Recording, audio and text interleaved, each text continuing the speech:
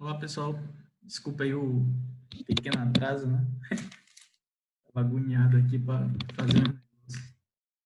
Acabei atrasando aí. Bom, boa noite aí a todos, né? Acabei tendo que mudar o link aí das reuniões, porque deu um problema ali, eu tive que mudar. Então, espero que todo mundo tenha tido acesso aí, né? Vocês estão conseguindo ouvir bem, hein? Ouvindo certinho aí? Bom, vou continuar aqui, né? Beleza, então, Leandro, tranquilo. A gente já está chegando quase no final do semestre, né? Então eu vou abrir aquele questionário lá com esses exercícios que a gente fez em aula, então para responderem também, né? Para compor a nota. Vou abrir o espaço para colocarem os exercícios no Excel e depois a gente já deve estar acabando a aula com o material de hoje aí da aula que vem, né? Queria dar um aviso para vocês. Eu pensei num grau C, só que da turma de sexta-feira, eu vou trazer um engenheiro da Macaferri, né? Então, lembra que eu trouxe o Leone aí em outra oportunidade? Então, eu trouxe esse engenheiro da Macaferri, que é uma grande empresa de engenharia, para ele falar sobre estruturas de gabiões, então canais com gabiões. Isso aí vocês vão ver em Hidráulica 2, né?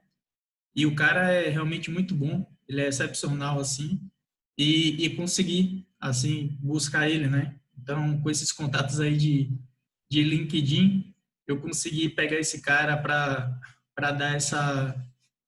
Não tá conseguindo ouvir, Sidney? Agora tá ok. Já, Sidney, eu não. Tá ok, tá ok. Ah, ok. Então, eu vou trazer esse engenheiro da Macaferri, vai ser na turma de sexta, no que seria o grau C. Então, se vocês tiverem interesse, vocês me avisam para eu passar o link para vocês, né? Para vocês participarem da palestra do cara. Então, vai ser muito bom, assim. Espero que vocês participem, né? Porque realmente é uma oportunidade única, assim, de perguntar para um cara que atua diretamente com essas obras aí na área. Vai ser bem, creio que vai ser bem interessante, né? Deixa eu mudar aqui, vou passar aqui para a aula, né? Em si. Então, a gente estava vendo sistemas de tubulações, então foi o assunto que a gente estava concluindo na aula passada. Então, sistema de tubulações e esse problema de reservatórios. Eu coloquei um material hoje para vocês de orifícios, né? Então, tem um material lá sobre orifícios e vertedouros. Então, se a gente não concluir eles em hidráulica 1, hidráulica 2, também a gente tem que ver algumas coisas referentes a isso. E a gente vai continuar. Então, eu vou partir aqui logo para onde a gente parou da última aula. Já falei um bocado aí dessa questão de tubulações em série, né? Então, vou procurar aqui direto o material aqui da nossa aula de hoje.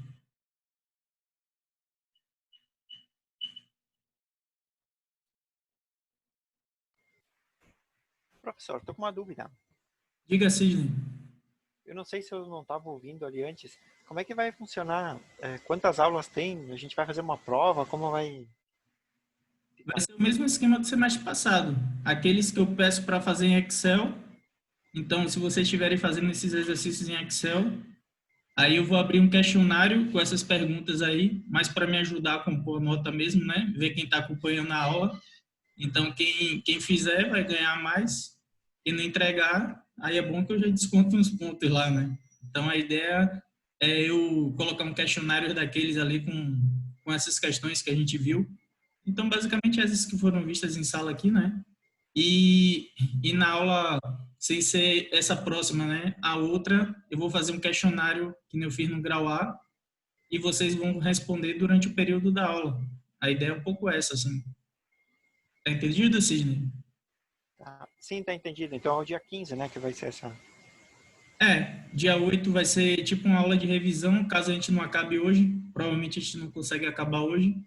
E dia 15 vai ser como se fosse aquele questionário. Só que eu já vou abrir Essa semana ainda eu vou colocar os questionários com essas questões aí no Moodle, né? Eu não coloquei no início antes, eu não sabia se a gente ia proceder com esse esquema aí, mas acabou que continuou, né? Então, vou colocar aquele questionário para ajudar a compor a nota da gente também. Não, perfeito, perfeito.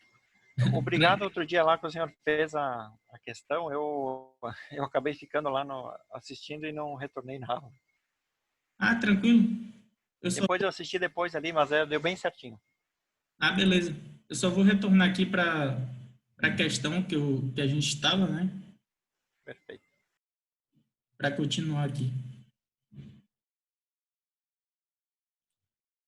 Bom, então a gente viu essa questão de tubulações equivalentes. Então, eu estava falando com vocês aquela questão da mesma perda de carga, né?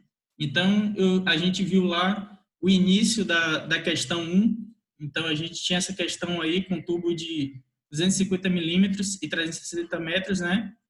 E ele pedia para determinar o comprimento dessa tubulação equivalente e foi o exercício que a gente tinha feito.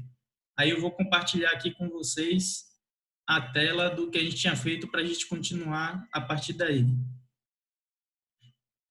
Hoje tem um pessoal fazendo barulho aí, aqui, né? Desculpa, qualquer coisa. Bom, então espero que esteja aparecendo o Excel aí para vocês, né? A gente tinha algo nesse sentido aqui. Então, a gente fez essa primeira parte, né? Então, foi o que a gente tinha feito da aula passada. E faltava o resto da questão.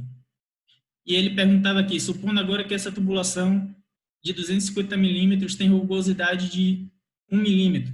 Então, quando ele dá algo com esse Ezinho, né, e essa rugosidade aí, tipicamente é que a gente vai adotar aquela nossa equação universal, né? Que a gente usa aquele E sobre D, algo nesse sentido aí.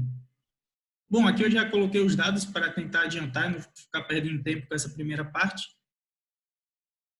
E aqui a gente tem as fórmulas que a gente tem antigamente, né? Mas aí fica a pergunta, por que vai utilizar essas fórmulas se a gente está tratando de tubulação equivalente, né? Eu já falei com vocês que a gente usa basicamente aqueles mesmos equacionamentos de perda de carga lá distribuída que a gente vinha utilizando, né? Só que aqui é uma simplificação, vamos dizer, para a gente conseguir obter uma determinada tubulação que esteja causando a mesma perda de carga daquela tubulação equivalente que a gente adotou. Bom, ele dá aqui essas condições de 1 é 1 para essa tubulação em 200 milímetros e 1 é 2 para uma determinada tubulação lá.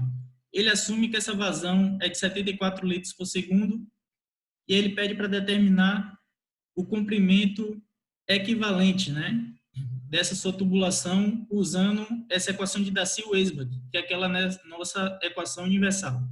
Bom, o que é que vocês vão ter que fazer aqui, né? Nesse caso, a gente vai aplicar o nosso Reynolds, então que é o nosso Reynolds V vezes D, dividido aqui por viscosidade cinemática. Como é que vocês vão achar ele aqui, né? O pessoal aqui tá se puxando, tá as crianças aqui gritando. Bom, então o Reynolds da gente vai ser essa velocidade vezes diâmetro dividido por viscosidade cinemática. Eu vou calcular ele aqui, né? Como a gente tem essa vazão, então a gente vai ter a vazão que é de 74 litros por segundo. Vou descer isso aqui. Esqueci de colocar aqui a vazão, né?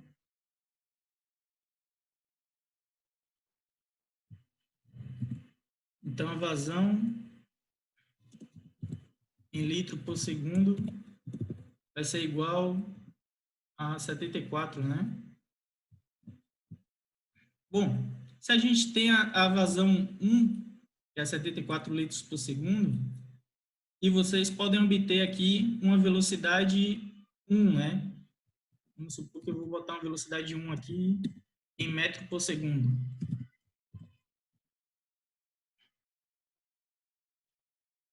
Logo agora as crianças resolvem estar gritando aí. Bom, então para a gente achar a velocidade 1, como é que a gente faz aqui, né? Se a gente tem a vazão e a gente tem esse diâmetro de 250 milímetros. A fórmula da velocidade é igual a 4 vezes vazão, né? Então 4Q nesse caso aqui, dividido por 1000, para estar passando para metro cúbico por segundo, dividido por π, né? Vezes o nosso diâmetro. Então, o nosso diâmetro aqui é 250 ao quadrado.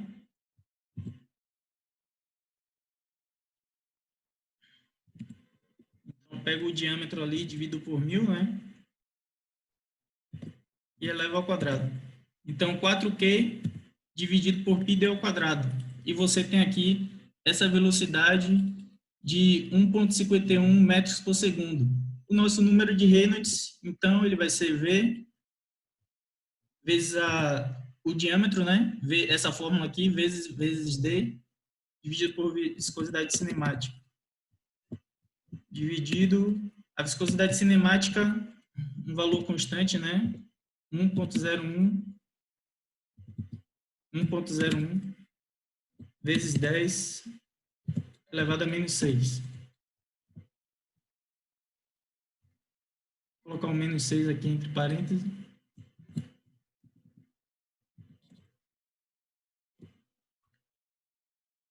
Bom, aí vocês vão ter um determinado número de Reynolds. Vocês têm que achar essa rugosidade relativa, né? Que é aquela nosso Ezinho, que é a rugosidade absoluta, dividido pelo diâmetro. Como é uma dimensional, eu posso dividir ou milímetro por milímetro ou metro por metro, né? Como vocês têm aqui que é 1 milímetro, eu vou colocar tudo em metro, mas porque eu gosto que fique em metro, né? Mas é 1 dividido por 1000. Isso aqui é igual, né? A 1 dividido por 1000, dividido pelo diâmetro. Então, para esse diâmetro de 250 milímetros, dividido por 1000 também. Então, vocês vão ter aqui a sua rugosidade relativa desse sistema aqui. Beleza. Eu vou fazer a mesma coisa primeiro para as outras aqui, né? O Reynolds 2, o E sobre 2, para depois continuar com o resto lá. Aqui eu vou pegar basicamente a mesma fórmula. Então, eu vou pegar essa fórmula aqui da velocidade. Deixa eu só inserir aqui uma linha, né?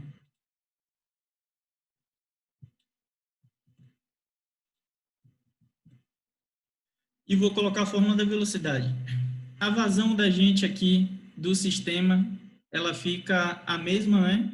Então, ele alterou um pouco ali, mas é 4Q. Então, só vou alterar 4Q. Então, dividido por 1000 aqui para passar para metro cúbico por segundo, dividido por π vezes D. Só que o diâmetro agora, o diâmetro 2 de vocês é de 200 milímetros. Então, 200 milímetros dividido por 1000 elevado ao quadrado. Então, aqui vai achar uma velocidade 2. Se vocês perceberem, a velocidade 2 aqui, ó, deu 2,36, a outra deu 1,51, né? Então, a gente utilizou a mesma vazão, só que agora o diâmetro é menor. Como o diâmetro é menor, para passar essa mesma vazão, necessariamente sua velocidade 2 tem que ser maior, não é isso? Então, tá coerente aqui. O número de Reynolds, ele vai ser semelhante, né? Vai ser V, então, que é o nosso V2 aqui, vezes o diâmetro. Então, o nosso diâmetro, no caso, é esse diâmetro 2, dividido por 1000, que multiplica 1,01 vezes 10 a menos 6. Nisso, vocês vão encontrar algo nesse sentido aí. O E sobre D, eu vou copiar ali e colar aqui também, né? O nosso E2 é 0,2. Antes era 1 milímetro, né? Agora é 0,2 dividido por 1000. E o nosso diâmetro 2 é 200. Então, só arrastei aqui, né? E vocês vão ter esse E2 sobre D2 aqui. Beleza.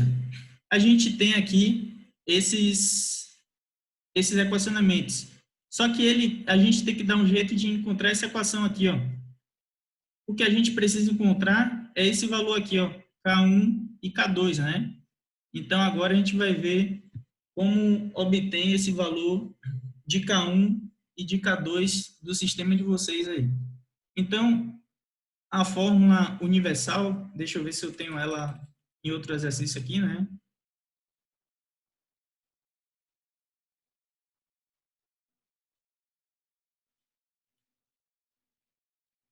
Ah, eu coloquei ela aqui, ó. Então, vocês têm essa fórmula aqui, ó, da equação universal. F vezes L sobre D vezes V ao quadrado sobre 2G. Então, como é que vocês vão achar aquele valor de K? A gente vai ter que decompor um pouco essa fórmula aqui de HF é igual a F vezes L sobre D vezes V ao quadrado sobre 2G. Então, eu vou reescrever ela. HF é igual a isso aí, né? F vezes L dividido por D.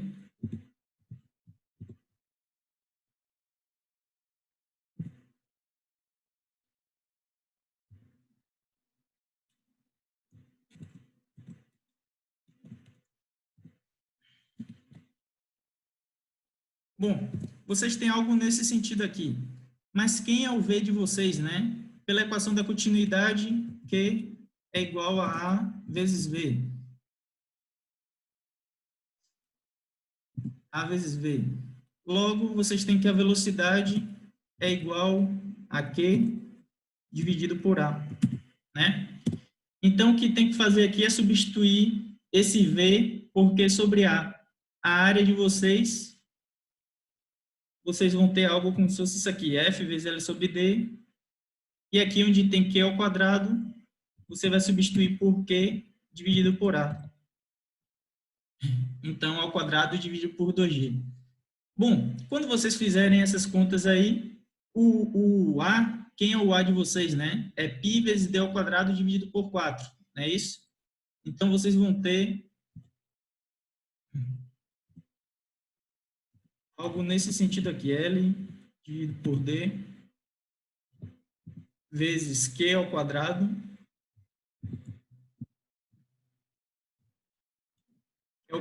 né? Dividido pela área de vocês ao quadrado. Então,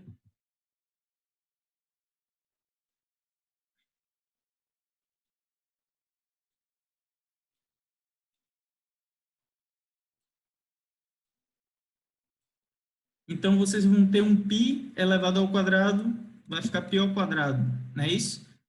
Π vezes d ao quadrado. Então, vai ficar um d ao quadrado ao quadrado. Então, quer dizer que vai ter π vezes d elevado à quarta. Elevado à quarta. Dividido por 16. Não é isso? Porque π d ao quadrado, a área é π d ao quadrado sobre 4. Então, π ao quadrado vai ficar π ao quadrado. O d ao quadrado vai ficar d à quarta. E o 4, que está no denominador, né? Ele vai ficar 4 ao quadrado, que dá 16. Então, vai ficar π d ao quadrado, π ao quadrado vezes d ao quarta dividido por 16. Algo nesse sentido aqui, né? Bom, tudo isso aqui vezes 2g, né? Que essa parte está toda num denominador aí, vezes 2g. Bom, o que a gente tem que fazer agora é encontrar o valor constante aqui desse, parece que só tem um bocado de letra, né? Mas agora a gente consegue encontrar um determinado valor constante. Bora ver se ele sai aqui, né? Da forma que a gente deseja. Vocês têm L sobre D, que é o quadrado. Então, o que é que tem no numerador em termos de número, né? A gente tem o valor 1. E o que é que tem no denominador em termos de número aqui?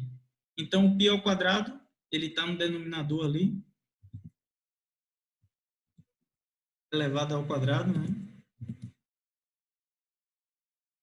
Deixa eu dar um igual aqui. O d à quarta, ele vai ser uma variável, né? Então, a gente não vai com ele aqui. Desculpa aí. Bom, π ao quadrado dividido por 16 e elevado ao quadrado dividido por 16.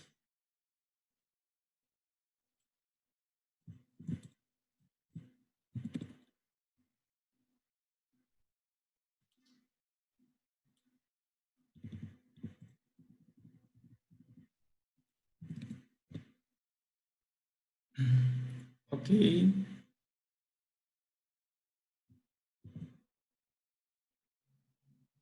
Fechei isso aqui no denominador, né? Deixa eu abrir outro aqui só para ver se fica mais fácil de ver que tudo isso aqui está no denominador, né? Vezes 2 vezes 9,81. Deixa eu ver quanto é que dá esse valor aí. Então, quando vocês eliminam a parte numérica desse seu sisteminha, ele vai dar isso aqui, ó, 0,082627, né? Então, esse vai ser o valor constante. Tudo isso aqui vai estar multiplicando F vezes L dividido por D vezes o Q que está ao quadrado, né? Então, Q elevado ao quadrado, Q elevado ao quadrado, dividido por D. Então, o D não está aqui embaixo elevado à quarta, só que tem um outro D aqui no denominador. D à quarta vezes D vai ficar D elevado à quinta. Então, vocês vão ter algo assim, D elevado à quinta. Ok. Então, o valor constante de vocês é esse 0,082627 e F, entende? E aqui você tem o resto da equação. Ó. Então, o valor de K, que ele pede aqui, esse K1 e esse K2, nada mais é do que K1, né? Então, vamos supor, é igual a 0,082627 vezes o F. E o K2, a mesma coisa aqui,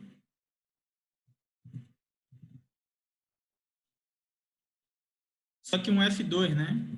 Vou botar um F1 em cima e um F2 embaixo. Ok. Então, o que a gente tem que achar agora é esse valor de F1 e F2. Como é que a gente acha o fator de rugosidade de 1 e de 2, né? Para a gente fazer isso, a gente tem que ir lá para aquele nosso diagrama de Moody. Deixa eu pegar ele aqui em algum lugar.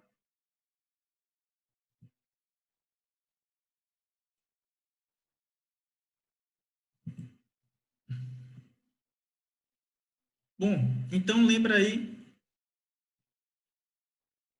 o nosso diagrama de Moody.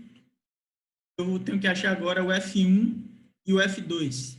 Eu nem vou botar perda de carga aqui, então. Vou colocar um F1 aqui, né? Nosso fator de rugosidade.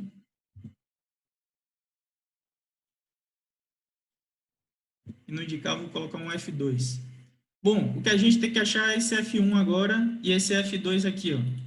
Como é que a gente acha ele? Pelo diagrama de Moody, vocês vão encontrar, comparando, né, o número de Reynolds que vocês têm aqui na parte de baixo, no eixo das abscissas aqui, né, e com essa rugosidade relativa, esse E sobre D que a gente tem nesse eixo daqui. O E sobre D, vocês acharam que é esse 0,04, né? Então, a gente tem esse valor de E1 sobre D1 e a gente tem o número de Reynolds, que é 373 mil, né? 147. Então, isso aqui corre a vírgula 1, 2, 3, 4, 5. 3,73 vezes 10 elevado à quinta, não é isso? Isso aqui é igual a 3,73 vezes 10 elevado à quinta. Tirar o sinal de igual aqui para... E o daqui é 466.434. Então, correndo a vírgula lá 5 vezes, né? Então, vai ficar 4,64. 4,64, né? Então, porque eu passei a vírgula 1, 2, 3, 4, 5. Então, fica 4,64 vezes 10 elevado à quinta. Bom, eu pego esse número de Reynolds agora, que eu tenho, que é 3,73 vezes 10 elevado à quinta. Então, deixa eu pegar aqui uma forma, né? Eu tenho o meu número de Reynolds, então eu falei para vocês, né? 10 ao cubo, aqui é 1.000, esse 2 quer dizer que é 2.000, 4.000, 5.000, 10 à quarta, 10.000. 10.000, quando tem o 2 aqui, quer dizer que é 20.000, 50.000, o 10 à quinta é 100.000, né? Então, o 2 aqui, 200.000, e o 5, 500.000. o nosso valor aqui, ó, era 373.147. Então, ele está entre esse 2 e esse 5 aqui. Eu vou pegar aqui um valor, deixa eu ver, um valor um pouco no olho, né? Vai ser um pouco no olhômetro aqui. Algo como se fosse aqui assim. Eu falei que era aquele 10 a quarta ali, né? Tá um pouco inclinado aqui esse negócio. Então, a gente está na curva aqui do 0,004, né? Eu falei para vocês que vocês teriam que relacionar esse número de Reynolds com esse eixo daqui. Deixa eu ver se em vermelho fica mais fácil de ver.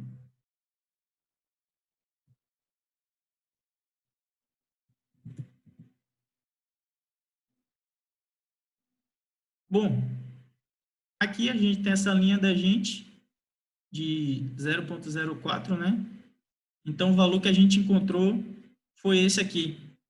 Para a gente sair com o valor de F, vocês têm que basicamente ligar o valor dessa interseção entre esses dois pontos na curva, né? Do 0,04, no ponto onde ele chegou lá, no eixo de cá, né? Então, quando vocês fizerem isso aqui, vocês encontram o valor de F. Vocês vão encontrar o valor de F para esse sistema aí, né? Então, quando vocês fizerem aí as contas, esse valor de F é para dar 0,028, mais ou menos, né? Então, vocês encontram um valor de 0,028, né? Aqui essa curva aqui tá ruim, né? Não parece que veio reto ali com o negócio, né? Mas aqui me parece que é 0,028, algo nesse sentido aí. Vamos assumir que esse F1 é 0,028. 0,028. Beleza. Agora a gente tem que achar o nosso F2. Quem vai ser o F2 de vocês, né? Eu vou aproveitar essas mesmas formas. A gente tem aqui que o nosso E sobre D da questão 2 deu 0,001. Então, agora a gente procura esse valor aí de 0,001. É esse aqui, né? Mais ou menos por aqui ele vai estar, 0,001. E o valor que a gente tem que achar é o 4,64 vezes 10 elevado à quinta. Então, o 4, aqui a gente adotou 3,73, né? Então, 4,64 vezes 10 à quinta, ele está mais próximo do 5 aqui, né? Vamos supor que ele esteja mais ou menos aqui, no olhômetro, né? Não sei se está muito certinho. Mas a gente vai ter essa curva de 0,001. Então, o que eu falei para vocês, né, é que eles têm que, é num ponto que eles interceptam aqui, ó. Tá vendo que a curva subiu, a reta aqui subiu um pouquinho, né? Deixa eu ver se eu consigo formatar ela aqui.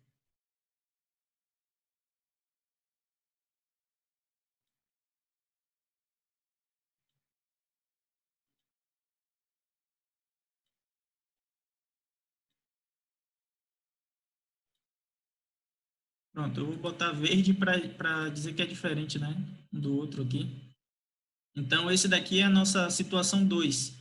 Então, essa curva aqui de 0,001, tá vendo que ela vem subindo um pouquinho, né? Então, ela vem subindo um pouquinho ali, e quando a gente fizer esse valor aí de F2, a gente vai encontrar ele praticamente nessa linha aqui do 0,002, né? Isso. Ele está basicamente nessa linha aqui, ó. Então, quando vocês interceptarem nesse eixo, vocês vão encontrar esse valor de F2. O valor de F2 foi 0,02. Então, a gente vai ter ele aqui como 0,02. Ok. Se você já tem F1 e F2, como foi que eu falei que encontrava o K1 e o K2, né? Então, o K1 de vocês é basicamente 0,082627. 0,082627, né? Foi isso mesmo que eu falei? Foi. vezes o F1. Então, eu vou achar esse valor aí. E o meu K2 vai ser a mesma coisa, né? 0,082627 vezes o F2. Encontrei agora K1 e K2. Agora eu posso jogar nessa fórmula aqui, ó. Então, eu quero saber meu comprimento 2. Eu tenho o comprimento 1, né? Vocês têm o comprimento 1 aí para essa situação, que é o 360. É o 360 que a gente está adotando, né? Como o nosso comprimento 1, que multiplica por essa fórmula aqui, K1 dividido por K2. Então, K1 dividido por K2, que multiplica cadê? D2 sobre D1 elevado à quinta. Né? O nosso D2 que a gente está adotando aqui é o 200 milímetros, né? Então, a gente tem 200. Eu vou passar para metro só para acostumar, né? Não ficar passando para metro. Então, D2 dividido por D1.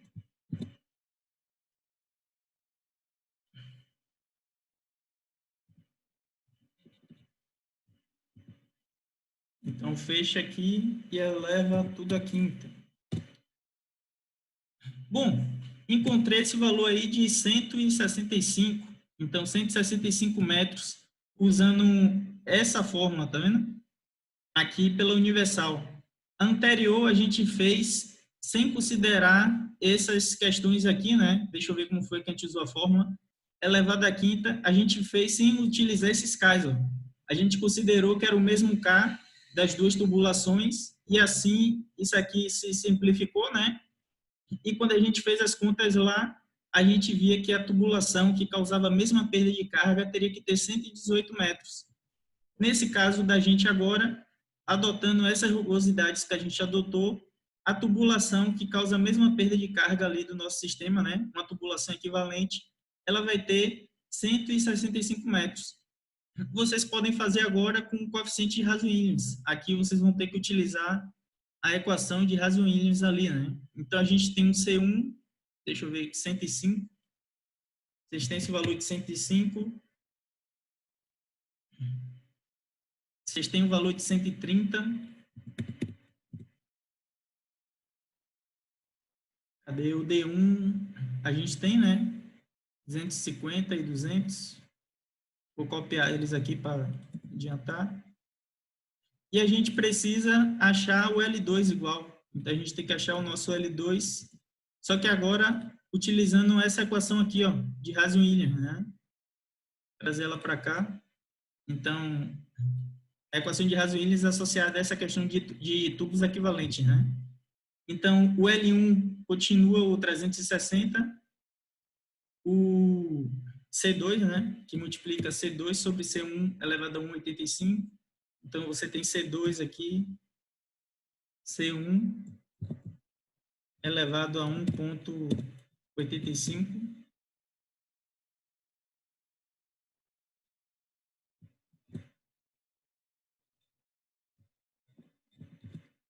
Que multiplica D2 sobre D1, D2 sobre D1 elevado a 4,87.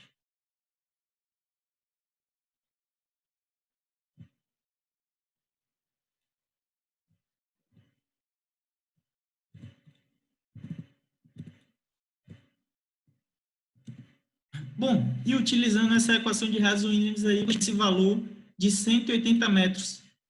Tá vendo? Então, a gente fez a mesma coisa com considerações diferentes. Para esses dois aqui, a gente utilizou a mesma equação, só que para esse caso, a gente adotou que a rugosidade das tubulações era a mesma. Então, quando elas eram iguais à tubulação que a gente está adotando, a gente obteve que a tubulação que causaria essa mesma perda de carga, né, com um diâmetro diferente, com um diâmetro menor. Então, foi o que eu falei com vocês, que quando a gente tem um diâmetro menor e está passando a mesma vazão, consequentemente, né, a gente aumentou a perda de carga lá do nosso sistema. Bom, Aqui a gente tem uma determinada vazão de 74 litros por segundo, calculou todas as características aqui de velocidade, a rugosidade é diferente, então pela rugosidade ser diferente, a perda de carga causada também acaba sendo diferente, né, de uma tubulação para outra. Então, como a gente tinha rugosidades diferentes entre as tubulações, a gente obteve que o comprimento equivalente aqui, né, dessa tubulação que a gente tem, seria esses 165 metros, e na outra foi utilizando uma equação diferente. Aqui a gente mudou a equação, utilizou Hazen-Williams, adotando esse coeficiente de rugosidade dele. E a gente percebe que a tubulação equivalente que causa a mesma perda de carga com diâmetro menor é essa aqui, com 180 metros. Então, é basicamente isso, essa questão aí, né? Deixa eu parar de compartilhar aqui. Pior que demora mais do que esperado aí essas questões. Deixa eu retornar aqui para ver se adianta essa aula aí. Bom, então isso aí foi o que se pedia, determinar o F1 e F2 pelo diagrama de Moody, a gente fez, então vocês viram lá como era. Bom, e assim a gente vê que na prática nem sempre essas tubulações elas vão possuir esse diâmetro uniforme, né? Então a gente vai ter esse diâmetro constante aí no nosso sistema. Então a gente tem aquelas tubulações em séries, a união entre duas tubulações. Então normalmente é aquela questão que eu falei com vocês do almoxerifado da empresa ter um determinado tipo de diâmetro, né? E seu projeto tinha especificado outro diâmetro. E aí a gente precisa adequar de maneira que seu sistema opere igual, né? Consiga estar operando igualmente. Nisso, isso aqui é uma tubulação em série. O que vocês têm que perceber de tubulação de série é que a vazão que está passando por D1 é a mesma que está passando por D2, não é isso? Então, a vazão que passa em D1 é a mesma que passa em D2. Então, a vazão é um termo constante entre as duas aqui, ó. Então, uma das relações que liga todo o seu sistema é a vazão, né? Devido a ela ser constante, é por isso que vocês conseguem lá discretizar aquelas equações da perda de carga, de modo a obter aquelas equações que representam a equivalência dessas tubulações aí. Aqui é interessante, ó, que quando você tem essa tubulação mudando, vocês estão vendo que sua linha ela tem uma determinada perda de carga contínua ali, ó. Então, essa parte aqui em D1, ela vem com uma determinada declividade, tá vendo? Essa declividade aqui, ó, é aquela sua perda de carga unitária, né, que a gente vê lá em metro por metro, ela está proporcionando essa linearidade aqui, ó. Ela está perdendo tantos metros de tubulação a cada metro, ou está perdendo tantos metros de pressão a tantos metros de tubulação que você anda. Então, quando chega naquele ponto 2 ali, que tem a ligação com essa tubulação de menor diâmetro, sua declividade muda, tá vendo? Por quê? Porque você está correndo a mesma vazão nesse seu sistema, só que seu diâmetro diminuiu. À medida que seu diâmetro diminuiu aí, essa declividade passa a ser mais acentuada. Então, está te dizendo que está tendo uma maior perda de carga a cada metro de tubulação naquele trecho ali de menor diâmetro. Então, dá para interpretar essas coisas basicamente olhando esses gráficos, né? E entendendo os conceitos referentes àquilo. Perda de carga unitária, no caso aí. Bom, então, se a gente tem que a vazão, foi o que eu falei para vocês, se a vazão nos tubos é a mesma, a perda de carga vai ser diferente, né? Do sisteminha. Mas a gente vai ter a perda de carga do seu sistema total. Então, a perda de carga nesse trecho aqui de tubulação, a perda de carga total de D1, daqui onde tem o seu D1 até o D2, a perda de carga total em tubos em série, ele vai ser o somatório da perda de carga que você vai ter em D1 mais o somatório que você vai ter em D2, entende? Então, se você tem que a perda de carga total é o somatório dessas duas, então você vai pegar aquela para a equação universal, por exemplo. Você vai ter que F vezes L sobre D vezes V ao quadrado sobre 2G para essa tubulação total é igual a F vezes L sobre D vezes V ao quadrado sobre 2G para essa tubulação de diâmetro maior e a mesma fórmula para esse diâmetro menor, entende? Porque você está somando essas perdas de carga aqui desses dois trechos. E aí, o que é que você vai ter em comum entre essas duas tubulações, né? Como a universal, a gente usa aquela fórmula em relação à velocidade, quando você faz aquele passo que eu fiz na questão anterior, que você converte aquela equação para utilizar ela em termos de vazão, então a vazão, sim, é um termo constante.